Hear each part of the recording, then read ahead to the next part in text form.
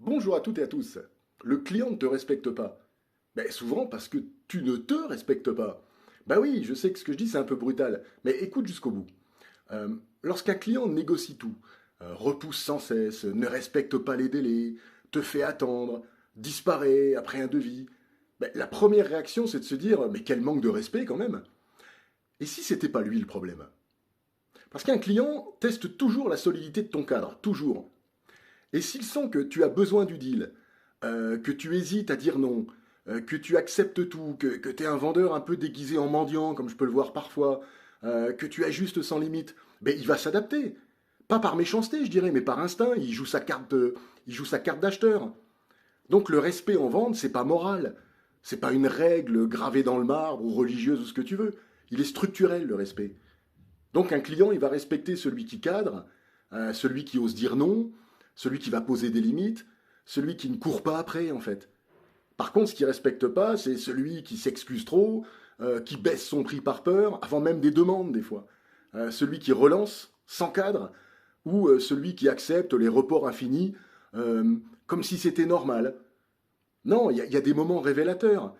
Par exemple, quand tu dis, oh bah écoutez, c'est pas grave, on peut décaler, je peux faire un effort.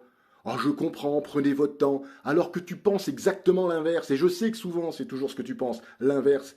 Mais à cet instant précis, tu viens de t'auto-diminuer, et le client le sent. Donc le respect, il commence ici.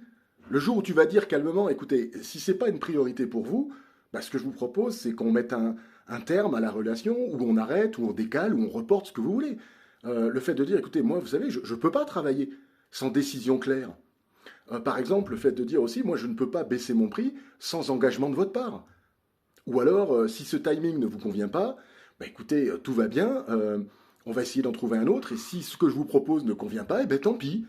Là, ça change. Parce que le client ne te traite jamais au-dessus du standard que tu t'imposes.